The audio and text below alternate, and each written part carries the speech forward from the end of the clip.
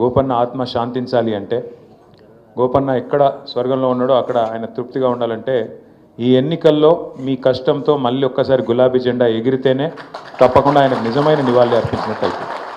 దయచేసి ఇదేదో ఆషామాషి ఎలక్షన్ అనుకోవద్దని చెప్పి నేను మీ అందరికి కూడా ముందుగా రిక్వెస్ట్ చేస్తా ఉన్నాను.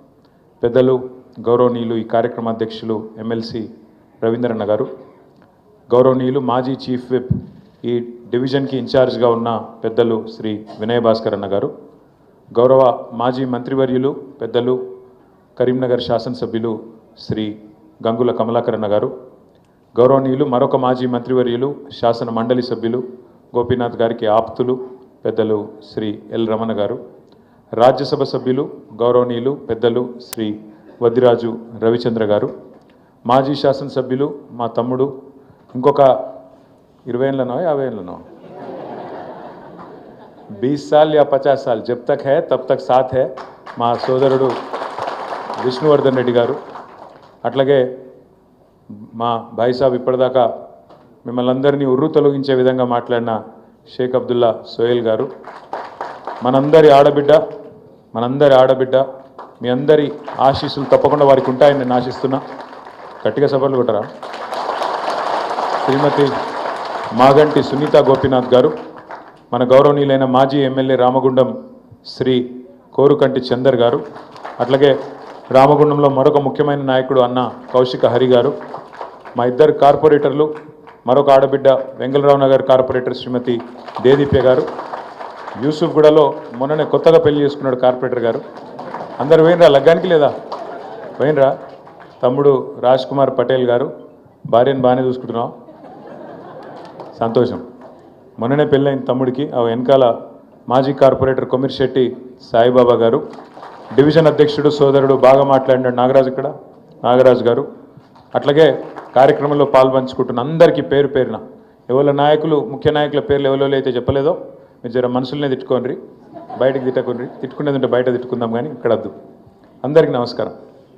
అనుకోకుండా వచ్చిన ఎలక్షన్ ఇది, ఎవరం కలలో కూడా అనుకోలే. గోపన్న లాంటి మంచి నాయకుడు మరి ఈ రకంగా అనుకోకుండా కాలం చేస్తాడని ఎవరం అనుకోలే. ఎందుకో కానీ ఆయన అన్నీ దాచుకున్నటోడు, ఏది తన పర్సనల్ సమస్యలు ఎన్నడూ చెప్పేటోడు కాదు. ఎలక్షను అయిపోయాక కూడా ఒకరోజు మేమందరం ఏదో వేరే పని మీద మనము హాస్పిటల్కి పోయినాం, మరి ఏఐజీ హాస్పిటల్. మీరు నేను చెప్తే ఇప్పుడు నమ్మరు, కానీ నమ్మశక్యం కాకుండానే ఉంటుంది. హాస్పిటల్కి పోయినాం, పెద్దలు కేసీఆర్ గారికి ఏదో చెకప్ ఉండే, పోయి ఆ రూమ్లో పోయి అందరం కూర్చొని సార్ చెకప్ అయిపోయింది, ఇట్లా బయటకు వచ్చి సార్ని లిఫ్ట్ కాడికి పంపించినాక అక్కడ ఒక ఏఐజీ హాస్పిటల్ ఆయన ఉరికొచ్చి చెప్పిండు, సార్ ఇంకో 2 రూమ్లు అవతల గోపీనాథ్ సార్ ఉన్నాడు అన్నాడు. గోపీనాథ్ సార్ అంటే ఎవరు అన్న? మాగంటి అన్నాడు. అగో మాగంటి గోపీనాథ్ ఇక్కడ ఉండుడేంది, మాకు తెలియకపోవడేంది అని నేనన్నా. లేదు సార్ ఉన్నాడు సార్ అన్నాడు.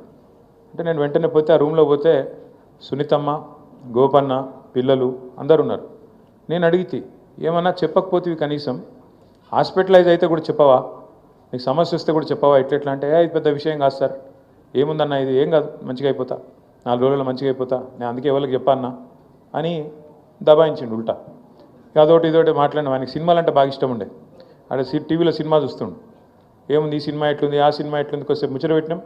కానీ తర్వాత నేను సునీతమ్మకి చెప్పిన, ఇట్లాంటివి ఉంటే చెప్పాలా మీరు మాకు, ఎందుకంటే మనిషికి మాటనే ధైర్యం కదా.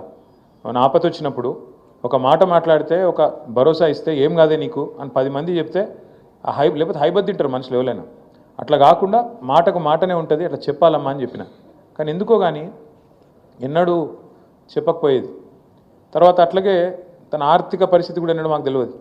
అందుకే మన అసెంబ్లీలో చెప్పిన నేను ప్రామిస్ చెప్తున్న పరిశాన్ నేను చనిపోయినాక మొదటిసారి నేను ఇంటికి పోయేవారు కాడ పరిస్థితి చూస్తే మాకే అనిపించింది, అరే అన్ననేమో ఎప్పుడు ఏ ఫంక్షన్ వచ్చినా ఆడబిడ్డలకు మంచిగా బతుకమ్మకు చీరలు పెడతాడు, ఎప్పుడు ఏ ప్రోగ్రాం పెట్టినా గిఫ్ట్లు ఇస్తాడు, మంచిగా క్రిస్మస్ అయితే పెద్ద ప్రోగ్రాం పెట్టిండు ఎస్పీఆర్ హిల్స్లో, పెద్దది పెట్టి బ్రహ్మాండమైన లైట్లు గిట్లు పెట్టి హంగామా చేసి పెద్ద ప్రోగ్రాం చేస్తాడు. ఎక్కడ ఒక్కరోజు కూడా ఏమైనా అవస్థ ఉందా, లోపల ఏమైనా ఇబ్బంది ఉందా అన్నట్టు చెప్పకపోతుండే.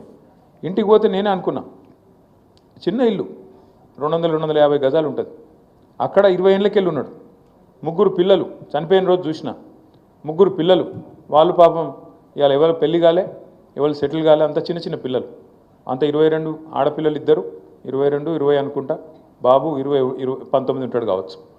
అంటే చూస్తే అనిపించింది ఆ రోజు రాజకీయ నాయకుని జీవితము పైకి చూస్తేందుకేమో గ్లామరస్గా ఉంటుంది. కట్అవుట్లు, ఫ్లెక్సీలు, ఎమ్మెల్యే సాబ్ అంటే ఇంతకుముందు విష్ణు చెప్పినట్టు ముంగట డ్రైవరు, వెనుకో గన్మెను, పక్కకు వాళ్ళు, ఇటు వీళ్ళు అందరూ ఉంటారు. కానీ పోయినాక చూస్తే ఏముంది అంటే వెనుకకు తిరిగి చూస్తే ఇలా కుటుంబం మొత్తం మీ అందరూ దయదలిస్తే, మీ అందరూ ఆశీర్వదిస్తే మళ్ళొక్కసారి గౌరవప్రదంగా సమాజంలో నిలబడే పరిస్థితి ఉన్నది. నిజంగా